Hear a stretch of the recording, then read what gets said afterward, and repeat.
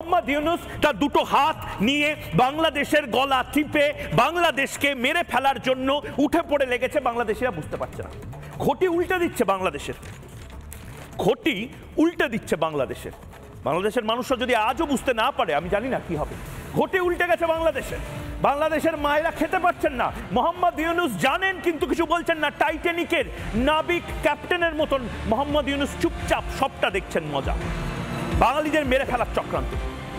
বাংলাদেশে কেন ঘটি উল্টে গেছে বলছি, কেন ভয়ঙ্কর অর্থনৈতিক ধসের সম্মুখীন হতে চলেছে বাংলাদেশ। 4 মাসে 10 লাখ বেকার, ভাবতে পারছেন 10 লাখ মানুষ বেকার হয়ে গেছে মাত্র 4 মাসে। বাংলাদেশে এই মুহূর্তে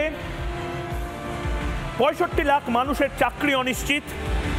বাংলাদেশে এই মুহূর্তে বিখ্যাত বস্ত্র শিল্প, সেই বিখ্যাত বস্ত্র শিল্প একেবারে শেষ। গার্মেন্ট ফ্যাক্টরিগুলো একেবারে বন্ধের দিকে। বিদ্যুতের অভাবে বড় ভারী শিল্প, সেই বড় ভারী শিল্পের অবস্থা ভয়ঙ্কর খারাপ। লিবিয়ার মতন হবে অর্থনীতি। আমি যারা অতিথিরা রয়েছেন বাংলাদেশ থেকে এবং ভারত থেকে তাদের কাছে যাব, কিন্তু লিবিয়ার মতন অর্থনীতি হবে প্রেডিক্ট করা হচ্ছে। পাকিস্তানের মতো বাটি হাতে বসতে হবে মোহাম্মদ ইউনূসকে।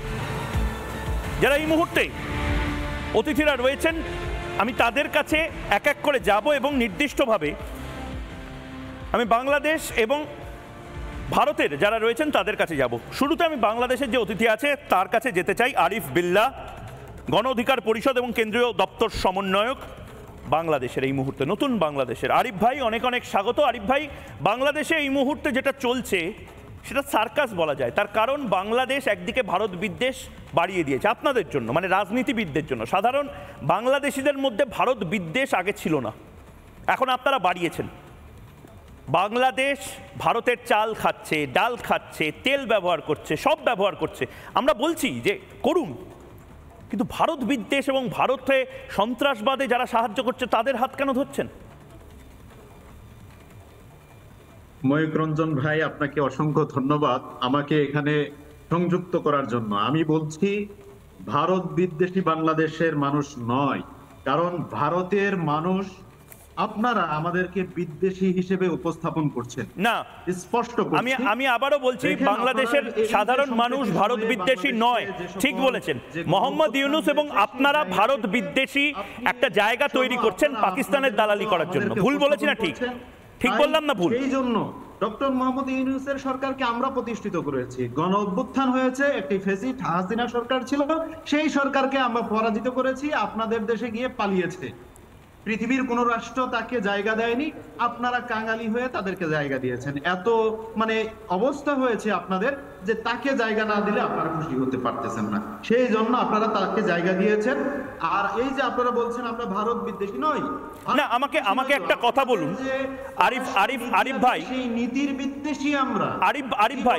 আরিফ ভাই আমাকে একটা কথা বলুন, আপনাদের নির্বাচনটা কবে করাবে মোহাম্মদ ইউনূস? অবশ্যই দ্রুততম সময়ে। কবে ডেডলাইন বলুন? অনেক দিন তো হয়ে গেল, 100 দিনের ওপর হয়ে গেল। আমরা বলেছি যে যৌক্তিক সময়ের মধ্যে অবশ্যই একটি নির্বাচন হবে, সেই নির্বাচনের পর একটি নির্বাচিত সরকার ক্ষমতায় আসবে, সেই সরকারের হাতে ক্ষমতা হস্তান্তর হবে। কবে? টাইমটা কবে? ডেট কেন ঘোষণা করছেন না? সেটাতে আমরা অবশ্যই সেদিকে আগাবো। আমাকে একটা কথা বলুন, আমার তো আরিফ ভাই দাবি জানাবো। আরিফ ভাই, আপনার কথা আমার খুব ভালো লাগলো। আপনি শুরুতে আমাকে এবং বাকিদেরকে ধন্যবাদ জানালেন। আমিও আপনাদেরকে সবাইকে ধন্যবাদ জানাচ্ছি, বাংলাদেশের যারা রয়েছেন প্রত্যেককে ধন্যবাদ জানাচ্ছি। প্রতিদিন আমার সাথে এই টক্করটা নেন আপনারা, আমার খুব ভালো লাগে। কিন্তু আরিফ ভাই একটা কথা বলুন, এই 10 লাখ লোক, 10 লাখ লোক, ছেলে মেয়ে, তারা চাকরি হারালো এই 4 মাসের মধ্যে। বস্ত্র শিল্পটা ধ্বংস হয়ে যাওয়ার পথে। গোটা বাংলাদেশে বিদ্যুতের অভাব।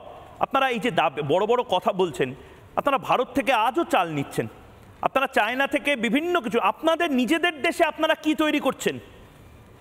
এটা তো আপনাদের মোহাম্মদ ইউনূসকে জিজ্ঞেস করা উচিত যে ভাই তোমরা বড় বড় কথা বলো। 26 লক্ষ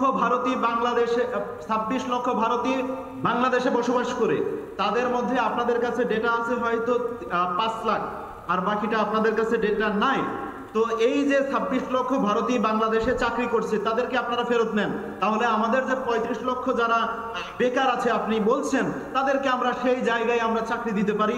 তারা মানে এখানেও বলছেন যে বাংলাদেশ না, বাংলাদেশে কত ভারতীয় চাকরি করে? বাংলাদেশে কত ভারতীয় চাকরি করে? আমরা চীন থেকে নিতে পারি, অন্যান্য রাষ্ট্র থেকে আমরা। আরিফ ভাই, বাংলাদেশে কত ভারতীয় চাকরি করে? কিন্তু বাংলাদেশে, আরে আপনি আমার কথার উত্তরটা দিন, বাংলাদেশে কত ভারতীয় চাকরি করে? আপনি বলছেন বাংলাদেশে ভারতীয়রা চাকরি করে বলে বাংলাদেশের মানুষকে আপনারা খেতে দিতে পারছেন না। ময়ূক ভাই আমাকে বলবার সুযোগ দিতে হবে। প্লিজ বলুন। বাংলাদেশ থেকে যারা ভারতে দুই একজন চাকরি করে সেটা একেবারেই নগণ্য। আপনারা এখান থেকে এমন ভাবে চাকরি করছেন, আমাদের যে সরকারি যে ডেটা অনুযায়ী, সেই ডেটা অনুযায়ী এখানে 5 লাখের একটা পরিসংখ্যান আছে, আর বাকি যা আছে 21 লক্ষ, এটার কোনো ডেটা নাই। কারণ আপনারা ওই যে সীমান্ত দিয়ে অনায়াসে চলে এসেছেন, এসে চাকরি করছেন বিভিন্ন বাংলাদেশে। আপনি বলছেন ভারতীয়রা বাংলাদেশে অনুপ্রবেশ করছে। না না না, আরিফ ভাই আমি শুনতে পাচ্ছি না। আরিফ ভাই আপনি বলছেন, আপনার এটার মানেটা কি? আরে মানেটা তো বোঝাতে হবে, নয়তো বুঝতে পারবো না আমরা। না না, আমাকে বোঝান। আপনি বলছেন 21 লক্ষ ভারতীয় তারা বাংলাদেশে ঢুকে পড়েছে। হ্যাঁ, মানে 21 লক্ষ ভারতীয় অন্যায়ভাবে এবং তাদের কি মোড়তে তারা বাংলাদেশে যাচ্ছে? ভারত থেকে তারা কি মোড়তে বাংলাদেশে যাচ্ছে? অনুপ্রবেশ বাংলাদেশিরা করছে না ভারতীয়রা বাংলাদেশে করছে? কোনটা আপনি বলছেন? ভারতীয়রা করছে দাদা, ভারতীয়রা করছে অনুপ্রবেশ অলরেডি করে। তারা বিভিন্ন অনুপ্রবেশকারী বলছেন না, ওয়ার্ক পারমিট নিয়ে যাওয়া একটা আলাদা বিষয়। আমি দুবাইতে ভারতীয় শ্রমিক পাঠাতেই পারি, ছাড়াই করছে 21 লক্ষ। তার মানে আপনাদের এতটাই বর্ডার সিকিউরিটি ঠুনকো যে আপনারা ভারতীয়রা তাদেরকেই, আমি ধরে নিলাম আপনার কথা, তাদেরকেই আটকাতে পারেন না, আর আপনারা একটা পরমাণু শক্তিধর দেশ ভারতবর্ষের বিরুদ্ধে যুদ্ধ ঘোষণা করছেন। আপনাদের মাথাটা ঠিক আছে তো?